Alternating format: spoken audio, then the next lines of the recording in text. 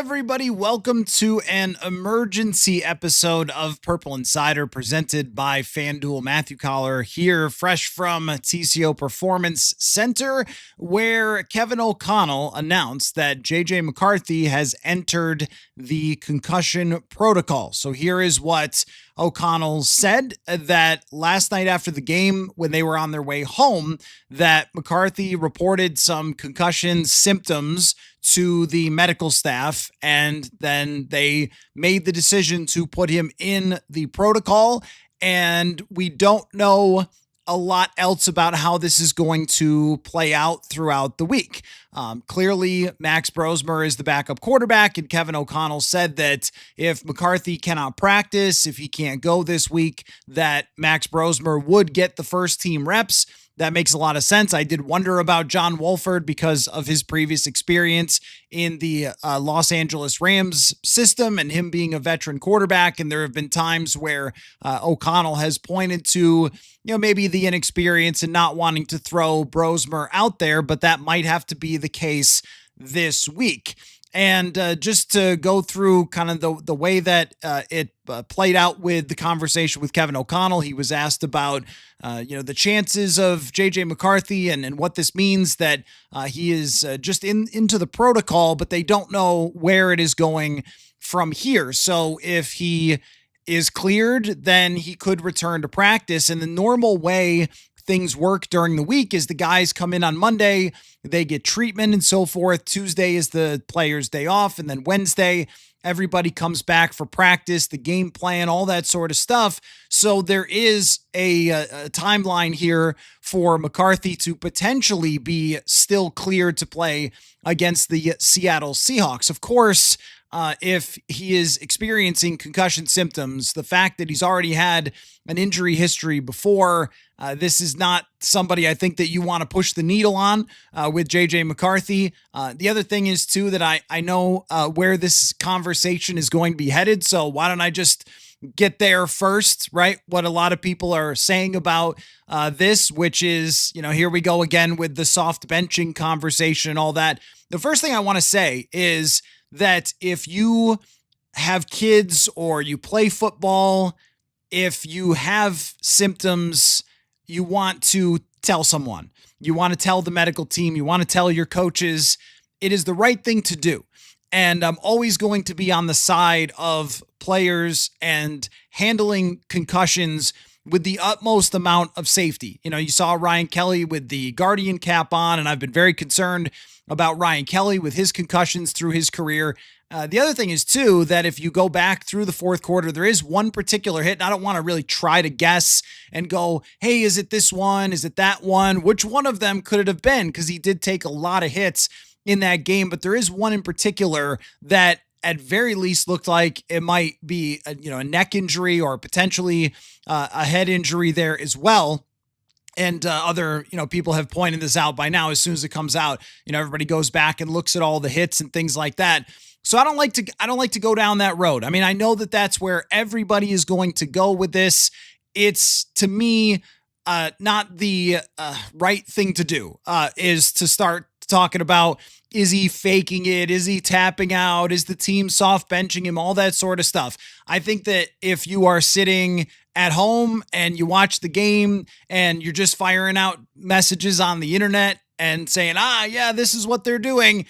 Okay, I understand that. I think for myself, I got to have a little more responsibility in the way we approach this, not just start throwing things out there when clearly he took a beating yesterday. And if anything, in the post game, I expressed concern about JJ McCarthy and about his health after seeing that, because I felt like yesterday was the first time, maybe Atlanta could be thrown in there as well, but really the first time that I thought he is having so many problems operating the offense that he is going to get himself hurt when you hold on to the ball too long, when you're not seeing things downfield. What ends up happening, especially if you are playing against someone like Micah Parsons, but also, not the only rusher. Rashawn Gary, got him on that one play that turned into an interception. He was hit by Devontae Wyatt really hard at one point.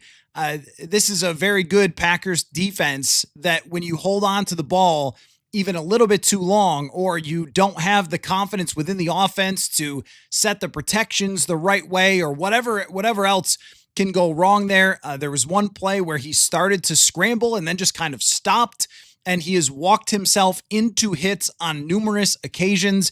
And there was a lot of that in yesterday's game.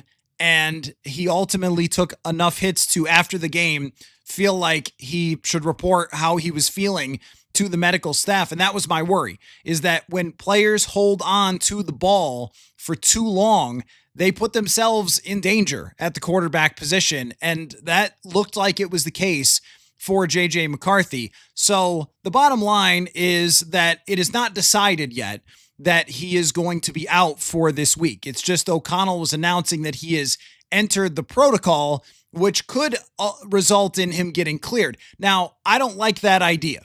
I do not like the idea, if he's having any symptoms at all, of putting him out there, especially against a Seattle Seahawks team that is very good. They can get after the passer.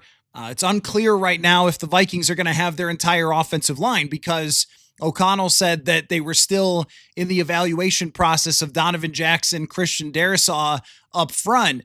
So if you are going to play against Seattle with even those guys as being a question mark, especially if Darrisaw wasn't playing, and then you're talking about potentially pushing McCarthy out there after he's had concussion symptoms, I mean, that's just not something that sounds like it's a responsible way to approach this. I think even with any symptoms at all, even the fact that he's gotten into the protocol really says this is a time to make sure that he doesn't further end up injuring himself, even if it is, and we've seen this from someone like Andrew Van Ginkel, even if there is a neck issue, which sometimes neck and concussion, with different injuries can have some of the same symptoms. But even if it's that, even if it's a neck injury that would cause, and I'm just sort of speculating a little bit there based on the hit that I saw, but even if it was just a neck injury and not necessarily something that he couldn't clear concussion protocol, I don't think you want to push him out there right away.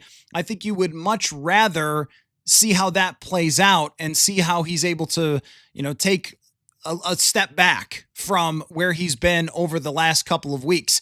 So again, I'm not going to be the person that says he's faking it, the team's faking it. To me, that's just not the right thing to do.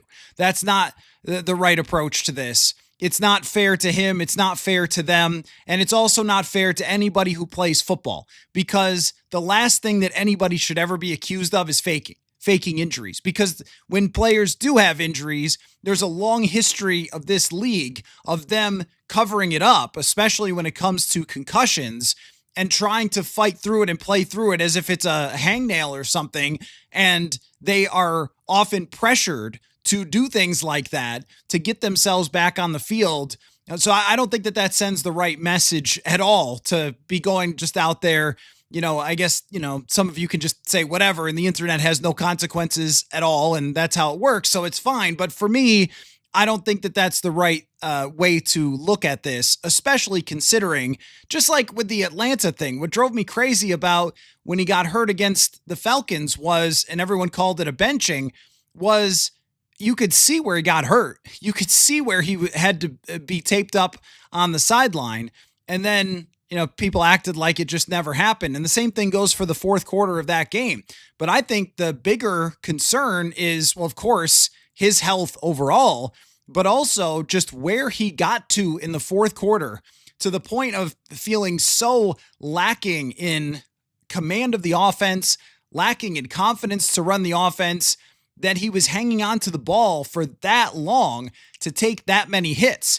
So even if this had not happened, yesterday after the game, I was talking about it might just be better for him, in Bryce Young-like fashion for what happened last year, to take a step back. And I think that it probably is. Now, as I mentioned, this could still play out in a way where they clear him, he decides to play, and then they go forward with that. Again, I don't think that's the right approach to this, especially when concussions are so difficult to deal with that even when guys pass the protocol, we've seen this happen a few times before where they pass the protocol, they're good to go, they send them out there, and then they have another concussion. I think we've learned over a long period of time in football that if you have one, the likelihood of another one being on the way just goes up. Caleb Evans, Ryan Kelly, Christian Darrisaw, even Jeff Okudah, I would say these are guys who all had concussions in short periods of separation from clearing the protocol and then getting back onto the field. And O'Connell said, he's going to leave it to the medical team and all that. But I think also from O'Connell's perspective as the head coach and as the person who is most responsible for the development of JJ McCarthy and handling this situation, I know the medical team is number one for who you always want to listen to, but I think you also have to say, if there's even a question here, if there's even a discussion here about him, because look, you could say whatever you like about the way that he played yesterday. And I said a lot of words myself. A lot of descriptive words on the podcast yesterday, breaking down the game. But this is the youngest starting quarterback in the entire NFL. I think maybe Jackson Dart is like slightly younger, but very close to being the youngest quarterback in the NFL. And even though he's had some really, really tough times here, he's going to have a career. Like, this is not a situation where you're trying to push somebody through a concussion protocol, or as soon as they're cleared, you're saying, go get him, Tiger. This because you're trying to win a championship or something. You're 4-7, and this is a kid who is just learning how to play football in the NFL, and he took it on the chin as hard as you could take it yesterday. And it's been a bad 6 games overall with some highlight moments mixed in, but it has been, and you've seen all the statistics by now, as bad as you can play in the NFL as a starting quarterback through 6 games. I had a bunch of the numbers. Social media had a bunch of the numbers. They are what they are.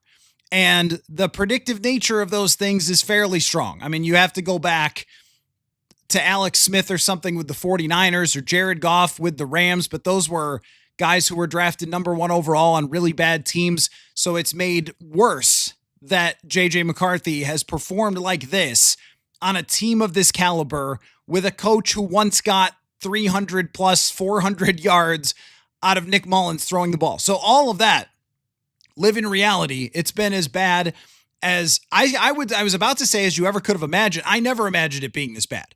But that doesn't mean that his career has to be over at this point. And I think they have to think a little longer term, because even if we're going down that road, which I opened the door to yesterday of who's going to be the quarterback for the Vikings in 2026. And I opened that door because how could you not? With the start that JJ McCarthy has, I promise you, in the coach's office and front office, they're starting to have those wheels turn as well. Like, what is going to happen to this quarterback situation? But that doesn't mean that that it's over for JJ McCarthy. And even if you went later into the season, he comes back, depending on how he plays, you are still going to be interested in having him as part of a competition for next year, unless Andrew Luck calls you up and says, you know what?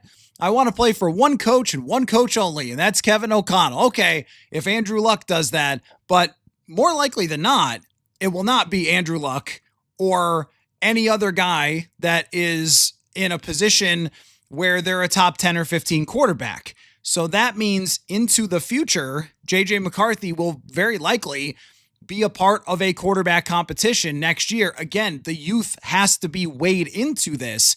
And that's why, long story short, that's why it's much better to have a slower approach with something, even if he ends up being cleared in the protocol. I would much rather see Max Brosmer go to start or John Wolford play. It sounds like from what KOC said that Brosmer would take the first team reps, and then they would very likely, if this scenario plays out, they would use the elevation for John Wolford, who started a game for the Rams in 2020, played pretty well in that game, started a playoff game. I think it got hurt, and then Jared Goff went in with a broken thumb. So, I mean, these things with quarterbacks and injuries happen all the time. But for the better of JJ McCarthy, it makes a lot of sense to me to not play him against the Seattle Seahawks, regardless of what the medical team comes back with.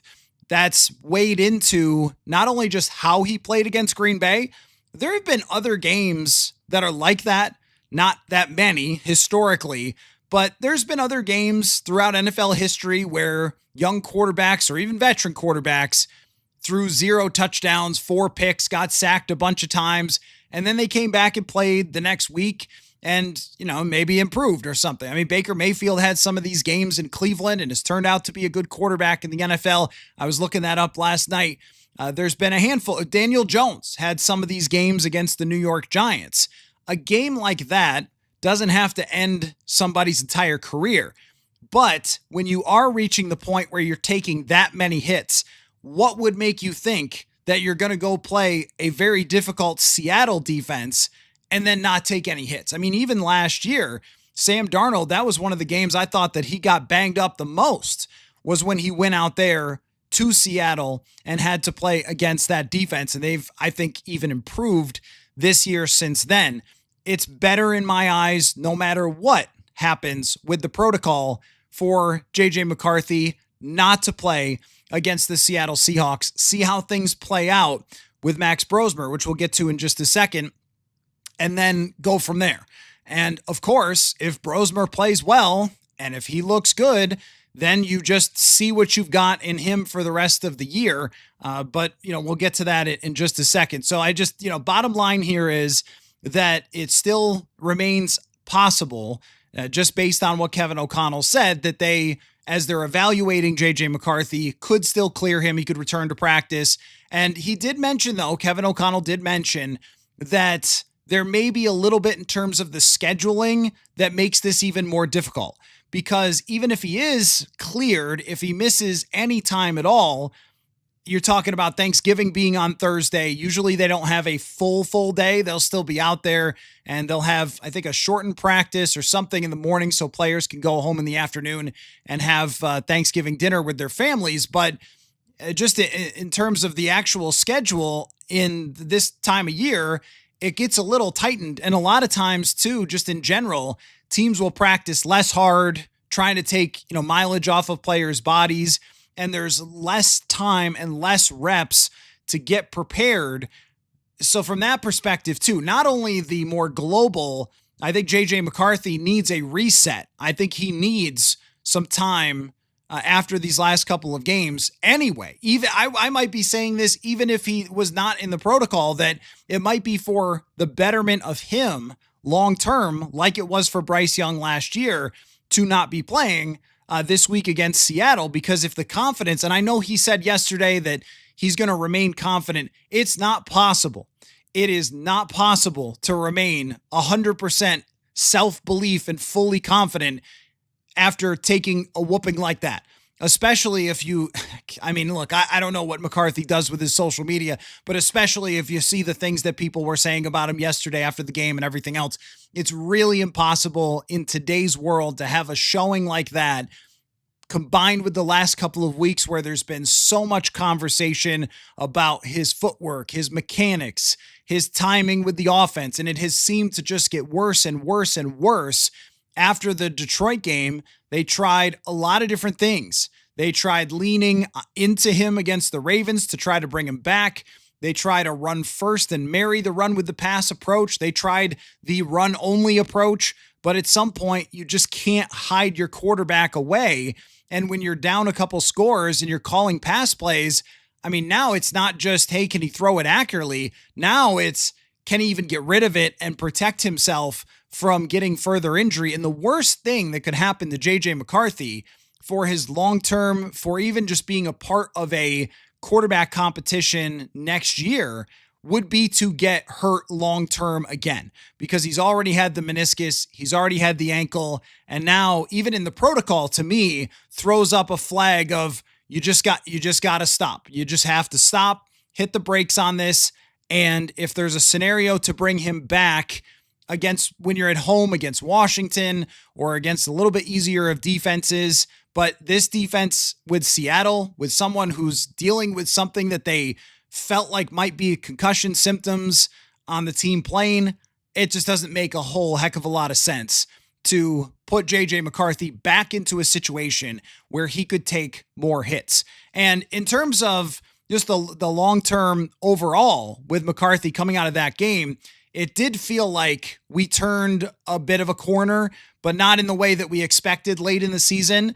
A corner of, all right, you could kind of hang on to, okay, he's shown flashes. This is maybe, and if he could only just do this, that, or the other thing, to that's unplayable. That's just unplayable. The way that it went yesterday against Green Bay, that gives you no opportunity whatsoever to even compete in a game when you have quarterback play like that. And it does open up the door to 2026, who's going to be the quarterback, which we'll have probably a lot of discussion at some point. But for the purposes of just the breaking news podcast, and there will be later on tonight a roundtable where we'll get more into this, and then the long term is certainly going to be a main subject of that. But let me shift over to the Max Brosmer part of this. Kevin O'Connell was asked, of course, like his confidence level in Max Brosmer is, and, he said extremely confident, and he cited the, performances from the preseason, from training camp. And, throughout this entire thing, there's been a lot of people who have said, why don't they just try Brosmer? Why don't they just put in Brosmer? He was very good at the U, and he was very good in training camp and preseason, and reporters such as myself who were at every training camp practice were becoming Brosmer bros all the way back to, I think, rookie minicamp. I think I may have written, like, this is the best I've ever seen an undrafted free agent look at it.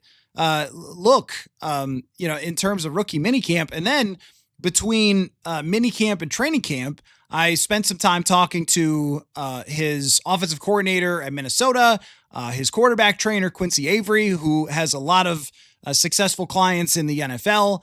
And these guys were incredibly high on Max Brosmer's chances. Now, I know they're in his corner, but also combine that with what we've seen with what Kevin O'Connell has said about him. And, Quincy told me that really Max Brosmer's mind for this is his cheat code. So if he does get a chance to start, Coller me as intrigued as anybody else. I mean, I was not in the camp of bench McCarthy for Brosmer. And the reason is you needed to find out. You needed, even if it wasn't going well, you needed to get as much information as you could possibly get on JJ McCarthy. So you needed to play him, and you needed to keep going back to the well, because at some point we went beyond, hey, this season's about getting back in the playoffs and winning. I think after the Lions game, there was a moment to say, hey, maybe they could get back in this race. The Lions look vulnerable. The Packers aren't that great. The Bears, at some point, they won another 3-point game. The Bears will maybe fall off, and you've got a chance, right? And after losing to the Bears, to me, that door shut. It was pretty much closed. Of you're not really competing for the playoffs anymore. Your chances went down to 3% or something. So to me, that's basically over. And the rest of the season is about getting as much information about McCarthy as you possibly could. So I was never on the side of, hey, just put out Brosmer. Maybe he's better. Maybe he can do it. Now, I did feel that way, going back to the Chargers game of like, maybe just have him come in and hand off or something. But that's old news there. But when we're talking about the actual, hey, let's see what Brosmer brings to the table, my thought was it's just too soon for that. It's just too early because McCarthy has shown enough at different times, whether it was the fourth quarter of the game against the Bears or whether it was a lot of the game against the Detroit Lions. But man, a lot of that also had to do with his running. And I think we saw yesterday, talk about the confidence, that he didn't really seem to have any desire to try to scramble and make plays, which I think was going to be one of his bigger assets. And that just kind of devolved to he's not doing it the last couple of weeks after he was really good at running the ball against the Detroit Lions. But still, let's get as much of a sample as you can, because the organization needs to know what they're doing. and they need to start forming a plan for the future, whether it's, hey, he's the guy, or no, you're going to have to get on the market and you're going to have to start shopping around and see what is out there for you at the quarterback position and try to find the next Sam Darnold. Imagine trying to find the next Sam Darnold when you had Sam Darnold, but that's not the point. Again, that's another podcast that will happen this week, I'm sure. But the point is just that you couldn't say, hey, McCarthy, hit the showers. We're going to go to Max Brosmer until you had more information. But now they are going to be put in that position potentially by an injury. And at this point, if Brosmer does get a chance this week to be the starting quarterback, and for me, it's all about Wednesday, that if JJ McCarthy doesn't practice Wednesday, he's not playing. There's no way that you would want to do that. And personally, I don't think you should even consider it anyway, having any type of symptoms at all. Or even if it does turn out to just be a neck injury, that's enough for me too. You don't want him going out there after getting hit as much as he did and trying to play through a neck injury, or of course, not playing through even whatever symptoms, even if they were gone, having them coming out of the game. You don't want that. You don't want that to come back. You don't want this to be a long-term type thing. So now naturally, you may very well get a look at Max Brosmer. And I am as interested as anybody else because there's something very key that Max Brosmer has that JJ McCarthy doesn't. Actually, there's a couple things. Number one is experience. And this is, I remember talking to in 2024, I talked to a former NFL scout. He had worked for, I think, the Jets kind of back in the day. And we talked about, I wrote an article about this. I'll have to go back and look at it a little closer. And he talked about an old scouting theory was about the number of passes that guys threw in college. Now, this theory was more of just kind of guesswork and not analytical, but he mentioned it when he was talking about McCarthy and Bo Nix and Michael Penix and saying like, this is back in the day, this would be a huge red flag. Maybe today it's not as much because some guys come out with less experience. But one of the reasons is just the amount of times that you've taken a snap, drop back to throw and release the football. It just builds up experience more and more. And that's not something that McCarthy came in with. And I think that's the biggest thing that they probably overlooked as they were making this decision to move on from Darnold, to not franchise tag him and go with JJ McCarthy, is that experience does matter. And it's not just, hey, how can you throw the football with your actual footwork, but it's also seeing things and patterns. And how many times have you seen a certain defense, even if it's at the college level, the dropping back, the trying to read a defense, making a play, making a throw, all that stuff, it builds up. And then there's also just the age factor of being more mature in your football life. Not saying McCarthy is immature, but in your football experience, you're more mature as a person. I'm sure the gap for all of us, between being 22 and 25 was pretty big. And so Max has way more experience throwing the ball. He was a huge thrower at, what was it, New Hampshire? New Hampshire, is that right? And then with Minnesota, it was the first time I think we had ever before this year seen PJ Fleck, maybe the 1 year with Tanner Morgan, but we had rarely seen PJ Fleck lean into a quarterback the way that they did with Max Brosmer. And Kevin O'Connell had his eye on Brosmer really since the first time that they had a pro day at Minnesota. When he was transferring over, he threw at a pro day that wasn't even his, and O'Connell was there and he liked what he saw and then really liked him the next time. And I also think that they really like Max Brosmer's approach and his brain for the game. He said to us when Brosmer made the team, he said he understands that he's not 6'4" and 240 pounds and runs a 4.3 40 or something, that his advantage to be here is in preparation and anticipation and being able to read defenses, see where to throw the ball, understand what he's seeing out there and study and work harder than anybody else, which I know is easy to say, but I think Brosmer actually puts his mind to that.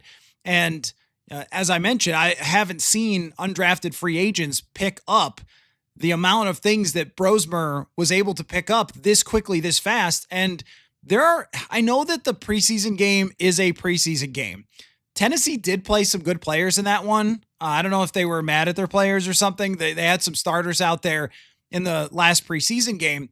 But also, there are some throws that the ball is really coming out on time and thrown to a spot, which is what this offense really requires.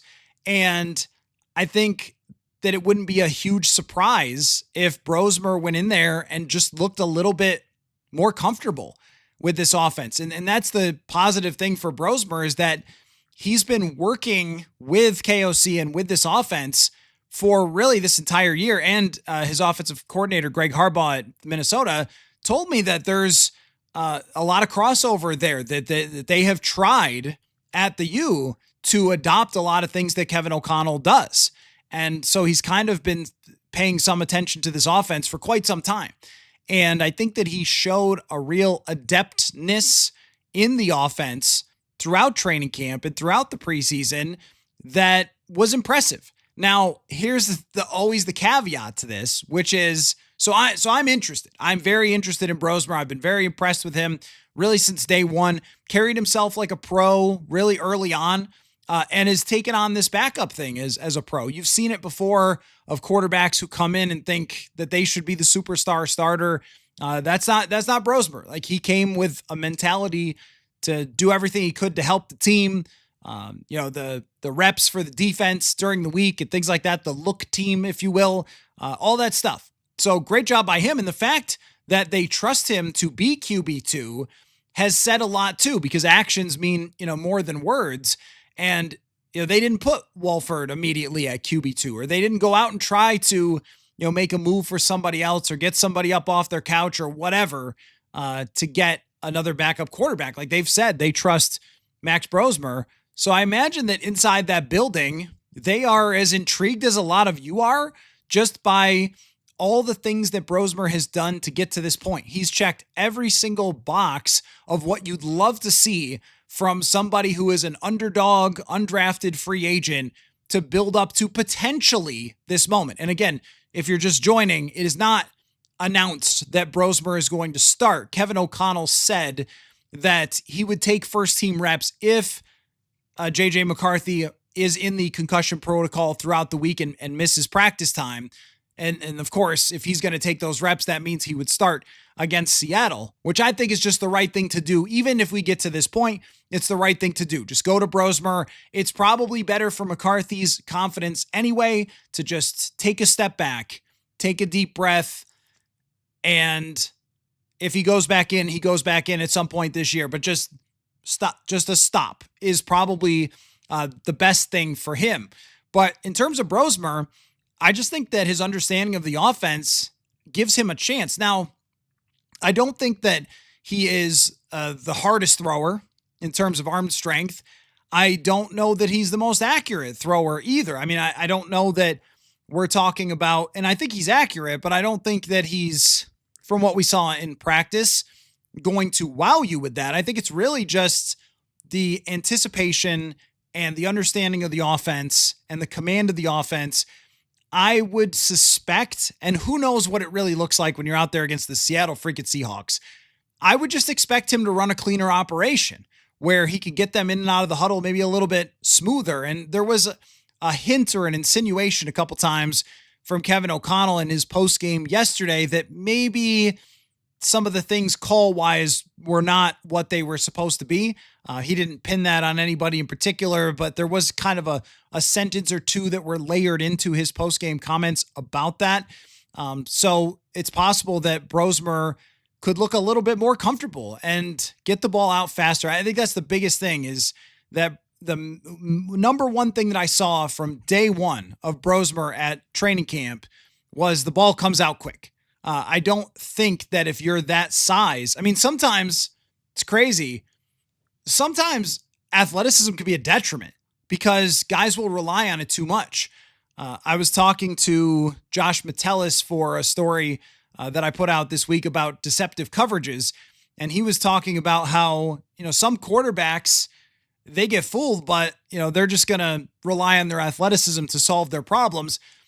McCarthy did some of that as well. That's never been what Max Brosmer is able to do. He's always had to work through the problems by figuring out what the defense is doing, what his assignments are, understanding the protections and all those things to get everybody lined up in the right way. So he's had to play the way that Kevin O'Connell wants him to play. Now, I have seen whoever came up with Purple Purdy, you're very funny. Whoever the first person is to say that, that's good stuff.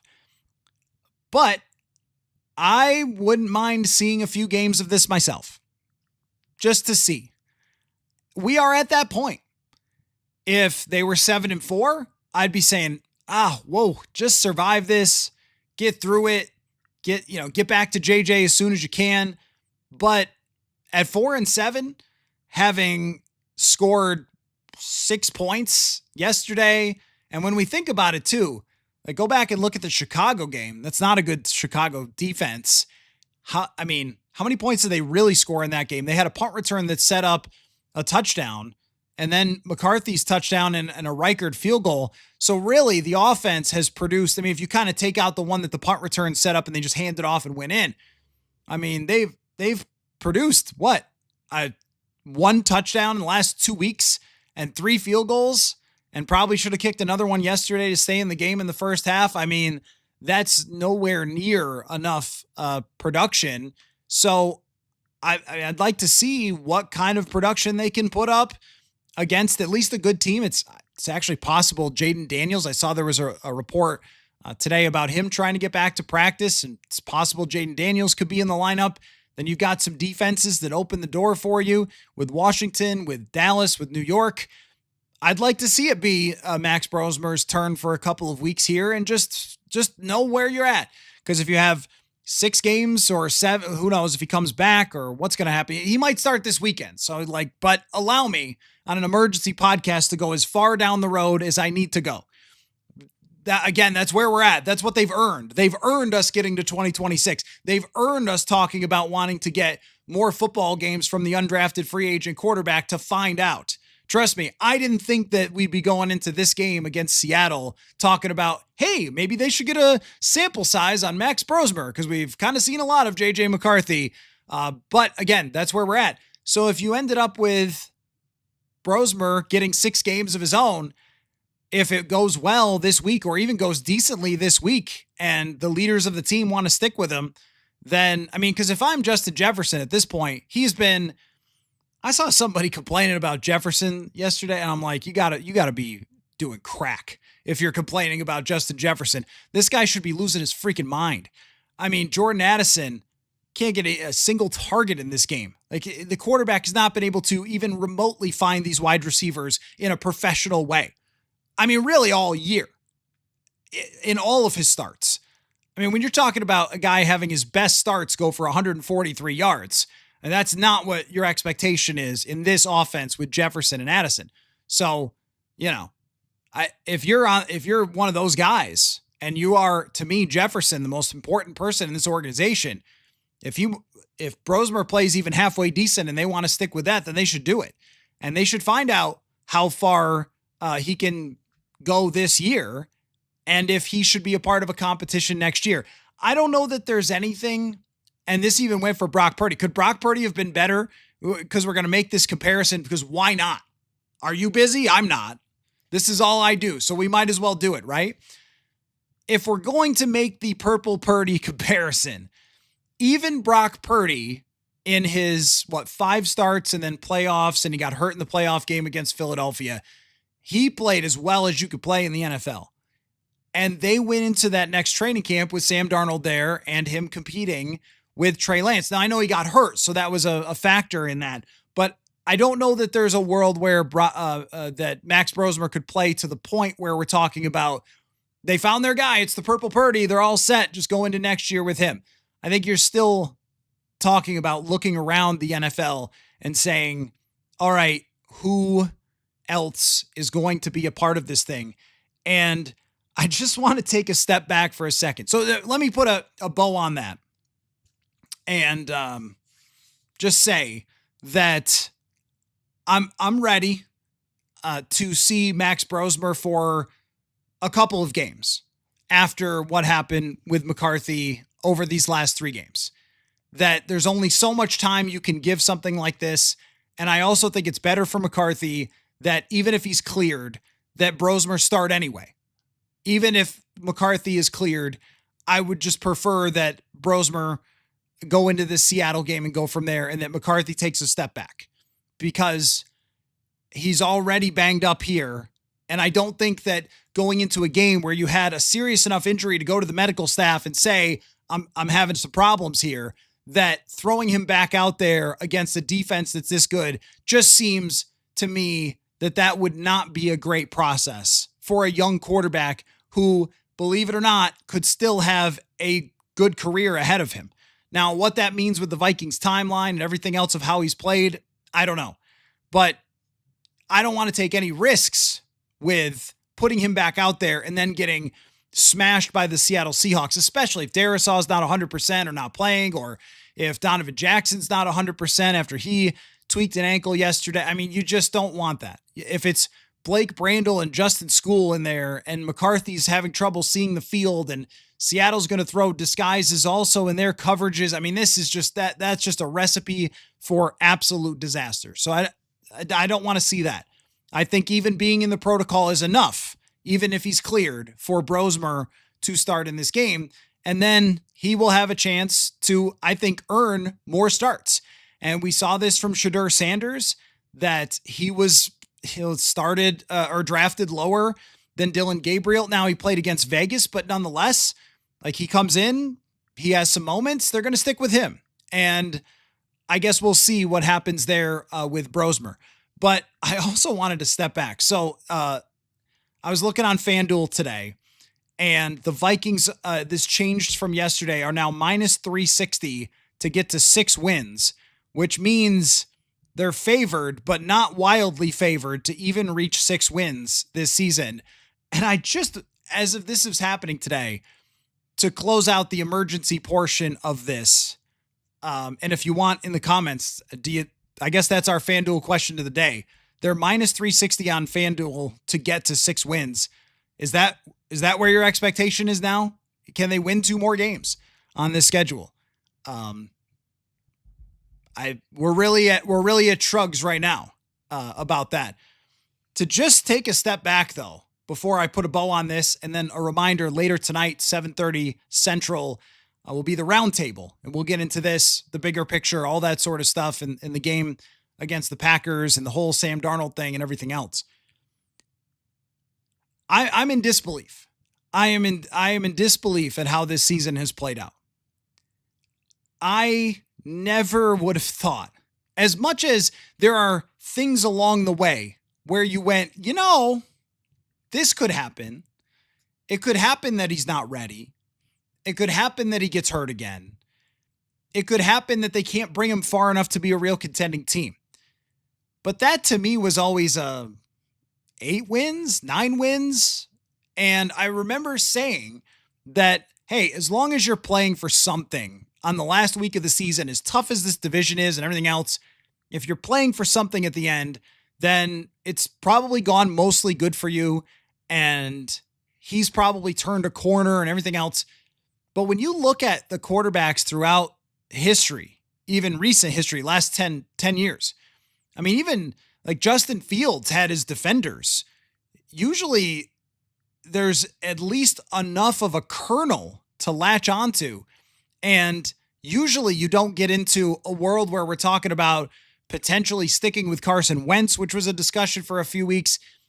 Now we're talking about the undrafted free agent and sort of the hope and dream of all Minnesotans to have a quarterback from the U end up being their franchise quarterback. And that's what you're hoping for at this moment, is that he just potentially, again, this is not declared that he's in. I just want to make sure I'm clarifying that it's not declared that he's going to start this week, but potentially. Like, this is now like a shot of energy. Like, this is where we're at, that the shot of energy into Vikings fans is the undrafted quarterback maybe getting a chance to play against the Seattle Seahawks, who are one of the best teams in the NFL.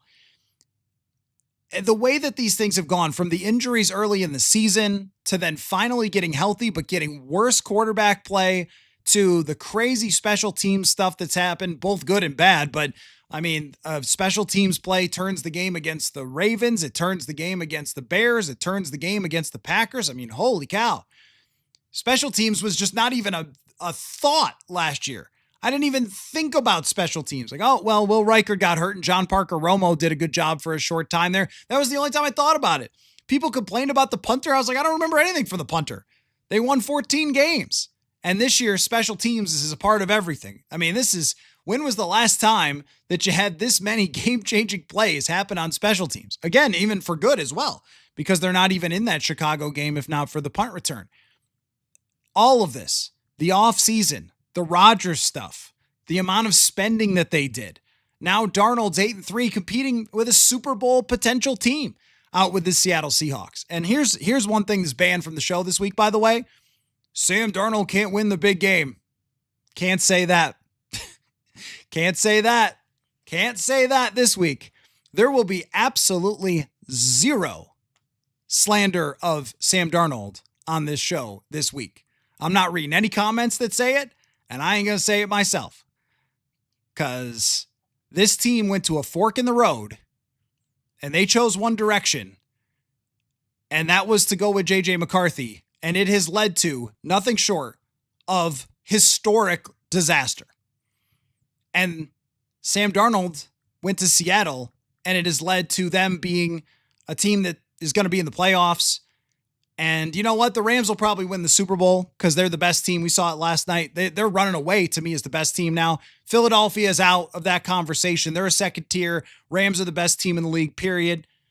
So you know what? Darnold might not win the Super Bowl, but he's going to play in some big games. And he played in some big games last year. This was the path they chose. And they knew when they chose this path that one of the outcomes was us talking about being excited about Max Brosmer starting at the end of the year. They knew that when they picked this direction. I don't think that the book has to be completely closed on McCarthy at Green Bay throwing for 80 yards. 87 yards. I don't think that has to close the book on McCarthy. I think even if Brosmer starts this week, there's a decent enough chance that he comes back and plays again after he's out of concussion protocol where he is right now. He could be out this week, but even let's say he doesn't play, and who knows, right? Who knows where that goes the rest of the way. And there have been turnarounds. When I watched Bryce Young last year, I thought this guy should never play again. He had a loss, I think maybe against the Saints, where I thought this guy should never play again. And now he is playing tonight for sole possession of first place in the NFC South. So there's been many times where we've been out on quarterbacks and they fought their way back, and he's extremely young and everything else. But this week, going against Seattle and having it not be McCarthy and having it potentially be Max Brosmer, even the fact that that's a conversation. And if you had told me at the beginning of the year that fans going into this game would be much more excited for the idea of Max Brosmer starting than JJ McCarthy, I would have said there is no way. There is no worldly chance that happens, because even if McCarthy struggles, then, they should be interesting, right? Of like him trying to turn a corner, but instead this is where they are at as a franchise. So we will see how this plays out. Again, the regularly scheduled live show will again be later on this evening with Brian Murphy and Manny Hill, but wanted to jump on and just let it all out for what is going on now.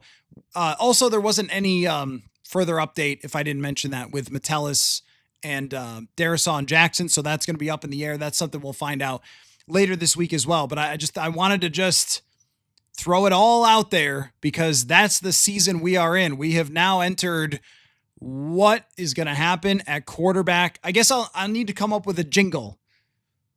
I'll work on it. I was going to try it right there, but maybe not the time. I'll work on it for what is going to happen. Quarterback Watch 2026 is already on at this moment.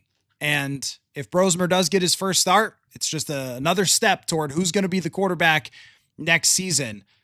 Again, just would not have thought that we ever would be here this fast. So again, let me just add that the same goes for, you're never going to hear me go after or rip Sam Darnold or say, oh, he doesn't show up in big games or something, because at least he plays in the big games. So you're not going to hear that from me. But the same thing goes for soft benchings and, or he tapped out or anything else like that, because I just want to say again that it's very important that players tell the medical staff if they are dealing with something concussion-wise that is serious long-term. And I'm sure that you can all go back and look at the tape, or you'll see it, the different hits that he took and how that looked for him. And some of the things that have happened concussion-wise, the spotters, the NFL, it's a very hard job for the spotters to be able to identify stuff like that. But you want him to get it. You want him to get it when it's the quarterback, especially. Sometimes it might be hard for a tackle or for a guard, or a cornerback or something. Guys fall hard, but you want him to be able to see those things. But then sometimes, look, this is a fact. Sometimes with concussions, it doesn't come on right away. This is why concussions are so difficult. And another reason why the long term of JJ McCarthy and his health should be also in consideration here, or in significant consideration, because though many have declared it over for his career at 22 years old, I don't think it is. So anyway, all right, there's your emergency podcast, JJ McCarthy and concussion protocol. I have to finish up watching the tape and write my article about that and everything else. And then later on this evening, we will be back here on the channel. So thanks again, everybody, for popping in for this emergency podcast. And we will catch you all later on. So good day.